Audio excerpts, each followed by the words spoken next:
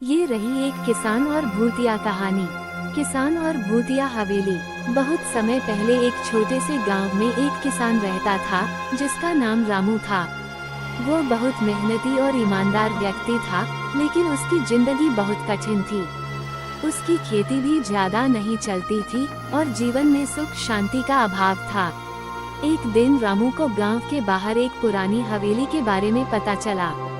गांव वालों का कहना था कि वो हवेली भूतिया है। किसी ने भी वहां जाने की हिम्मत नहीं की थी, मगर रामू का दिल बहुत साहसी था। उसने सोचा, क्यों न आज इस हवेली का मुआयना किया जाए। शायद यहाँ कुछ ऐसा हो जो मेरी मदद कर सके। रामू ने रात के समय हवेली का रुख किया।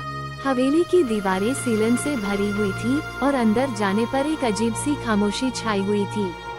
जैसे ही वह अंदर गया, उसने देखा कि एक पुराना पलंग रखा हुआ था और एक धुंधली सी रोशनी कहीं से आ रही थी।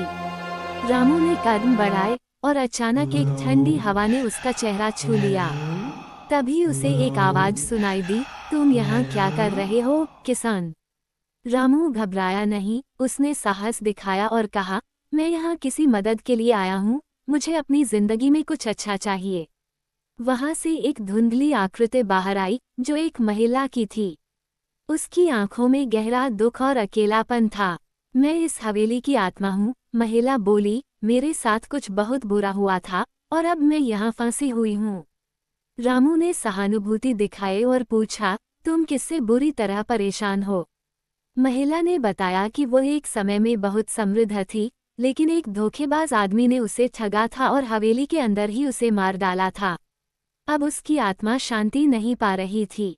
रामू ने ठान लिया कि वह इस आत्मा की मदद करेगा। उसने गांव के पुजारी से सलाह ली और तंत्र मंत्र से वह आत्मा शांति की ओर अग्रसर हुई। उसके बाद हवेली में फिर से शांति छा गई और रामू को उसकी मेहनत का फल मिलने लगा। उसकी फसलें बेहतर हुईं और उसे उसकी जिंदगी में सुख शांति मिल गई। सीख। इस कहानी से हमें ये सीखने को मिलता है कि साहस और ईमानदारी से किसी भी समस्या का समाधान निकल सकता है।